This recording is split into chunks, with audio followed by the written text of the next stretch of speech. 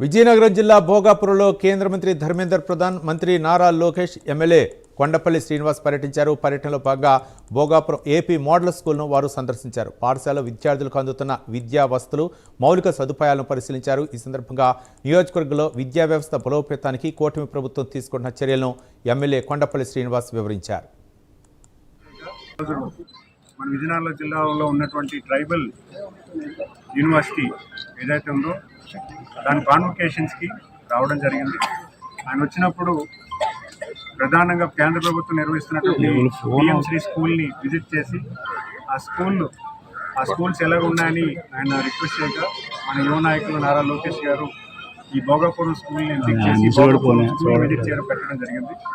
ప్రధానంగా ఈ స్కూల్కి ఆయన వచ్చి ప్రధానంగా కేంద్ర ప్రభుత్వం ఇచ్చినటువంటి డైరెక్షన్స్ ఏంటి, స్టేట్ గవర్నమెంట్ ఎలా అడాప్ట్ చేసుకుందని దాని మీద ఆయన రివ్యూ చేసుకోవడం జరిగింది.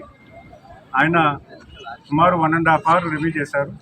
ఈ 1.5 hours స్కూల్లో ఉన్నటువంటి ఫెసిలిటీస్ కానీ, అలాగే స్కూల్లో క్రియేట్ చేసినటువంటి స్పోర్ట్స్ ఎరీనా కానీ, లేదా ఉన్నటువంటి లైబ్రరీ కానీ, హాల్ ల్యాబ్ కానీ, లేదా స్టూడెంట్స్కి డిజిటల్ క్లాస్ రూమ్స్ కానీ, అలాగే స్టూడెంట్స్ ఎలా ఉన్నారు, ఏ రకంగా మాట్లాడుతున్నారు, అలాగే స్పోర్ట్స్ మీద కానీ ఇవన్నీ కూడా రివ్యూ చేసుకోవడం జరిగింది. ప్రధానంగా కేంద్ర ప్రభుత్వం ఇచ్చినటువంటి ఫెసిలిటీస్ కాకుండా రాష్ట్ర ప్రభుత్వం దాన్ని ఏ రకంగా అలవర్చుకున్నారో దాన్ని కూడా ఆయన ప్రత్యేకించి గమనించి గౌరవ మంత్రి గారు శ్రీ నారా లోకేష్ గారికి అభినందనలు తెలియజేస్తున్నారు.